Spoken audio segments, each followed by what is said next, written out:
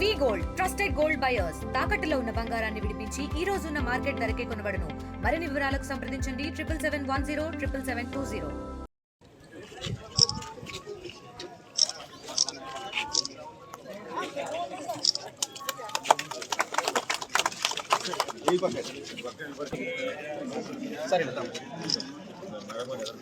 Okay sir ఇలా చూడండి sir. ఏంటి సార్ ఇలా చూడండి sir. Okay okay sir. Sunil మేము అందరం ఫోటో పడతాం. ఈ పక్కన మీరు ఆ పక్కన మేమే పడతాం. అంటే మీ ఇద్దరు తప్పుకోవడం వాళ్ళు 10 మంది అక్కడ పడతారు. అదేనా ఓకే సార్. ఎదరగలు నువ్వు పడవు మా గురించి రండి. మంత్రి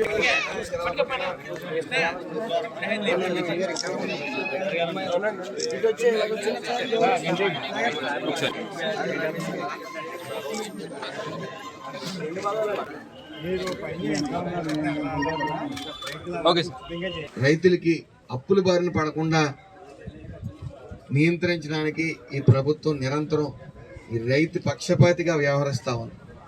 అలాగే ఈ డ్రోన్ల విషయం తీసుకునేటప్పటికి సుమారు రాష్ట్రంలో 875 డ్రోన్లు కేటాయిస్తే అందులో మన రామచంద్రపురం నియోజకవర్గం వచ్చేటప్పటికి రూరల్ మండలం కానీ అలాగే కే గంగవరం కానీ 7 డ్రోన్లు, అలాగే కాజులూరు మండలానికి సంబంధించి 1 డ్రోను, సుమారు 8 డ్రోన్లు మనకు కేటాయించడం జరిగింది. ఈ డ్రోన్ల విషయంలో ఒక పైలట్, కన్వీనర్, కో కన్వీనర్ లాగా 5 టీం ఉండటం జరుగుతుంది. వాళ్ళకి ప్రత్యేకంగా సెంట్రల్ గవర్నమెంట్ ఉత్తర్వుల ప్రకారం వాళ్ళకి 15 డేస్ ట్రైనింగ్ ఇచ్చి ఈ యొక్క డ్రోన్ వ్యవస్థ ద్వారా ఎక్కడ ఇటు లేబర్ సమస్య అనేది లేకుండా పోతుంది. అంటే మనం నిజంగా ఈ ఎరువులు, ఈ పురుగుల మందులు పిచికారీ చేసేటప్పటికి అవి లేబర్ ద్వారా అయితే ఎంత శాతం పడుతుంది మొక్కల మీద, ఎంత శాతం మనం దాన్ని కాపాడగలుగుతాం పురుగుల నుంచి, ఈ వ్యవసాయాన్ని అనేది మనం చెప్పలేం. కానీ డ్రోన్తో అయితే ప్రతి చుక్క విలువగా ఇంచుమించు సుమారు ఎకరానికి 10 నిమిషాల్లో పూర్తి చేసే ప్రక్రియ ఈ డ్రోన్ల ద్వారా జరుగుతుంది. అయితే టెక్నాలజీ, చంద్రబాబు నాయుడు గారు ఒక మాట చెప్తా ఉంటారు ఎప్పుడు కూడా. మేము గెలిచిన తొలిసారే ఆయన మనకేమీ తెలియదు అనుకుని, నాకు ఈ 75 సంవత్సరాల వయసులో నాకు ఏమీ తెలియదని నిరంతరం నేర్చుకుంటూ ఉంటాను. ఈ డ్రోన్ల వల్ల మీరు చూశారు, ఈ డ్రోన్ల వల్ల గత విజయవాడలో పూర్తిగా వరద నీటికి గురైన ఏరియాలన్నిటికీ కూడా డ్రోన్ ద్వారా ఆహార పొట్లాలు ఇవ్వడం జరిగింది. ఈ డ్రోన్ ద్వారా వ్యవస్థ ఎలాగంటే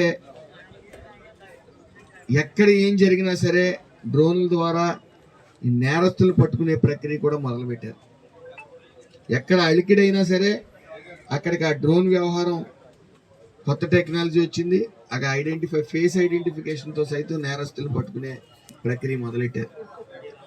అలాగే మట్టిలో పెడితేనే మనకు 5 ఏళ్ళు నోట్లోకి వెళ్ళలేదనే నినాదానికి బలంగా నమ్మి రైతే రాజు అవ్వాలి అనే ముఖ్య ఉద్దేశంతో చంద్రబాబు నాయుడు గారు నిరంతరం పనిచేస్తూ ఉంటారు. మరి అవగాహన లేని వ్యక్తి ఒక రాజశేఖర రెడ్డి గారిని తీసుకుంటే ఆయన వేషాధారణ పూర్తిగా రైతు కుటుంబం నుంచి ఓ రైతులాగే ఆయన మసిలాడు. మరి వాళ్ళ కొడుకు పూర్తిగా జగన్మోహన్ రెడ్డి రైతు వ్యతిరేకంగానే వ్యవహరించారు. దాని ముఖ్య ఉద్దేశం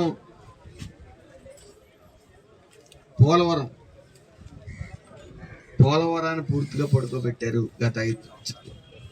మళ్ళీ ఈ ప్రభుత్వం వచ్చిన తర్వాత పూర్తిగా ట్రాక్ ఎక్కించి 2027 నాటికి పోలవరం ఓపెన్ చేస్తామని సగౌరవంగా మరి నారా చంద్రబాబు నాయుడు గారు చెప్పడం జరిగింది. అలాగే ఈ యొక్క వ్యవసాయ శాఖకు బడ్జెట్లో సుమారు 43,403 కోట్ల రూపాయలు ఈ వ్యవసాయ బడ్జెట్లో కేటాయించడం జరిగింది.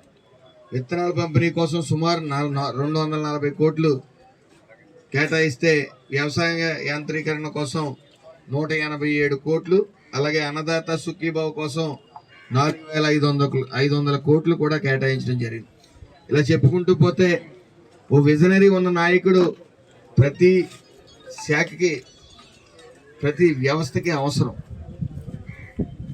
జగన్మోహన్ రెడ్డి ఏ రోజు ప్రజల మధ్య లేడు, ఏ రోజు రైతుల సమస్య తెలుసుకోవడానికి కూడా ప్రయత్నించలేదు.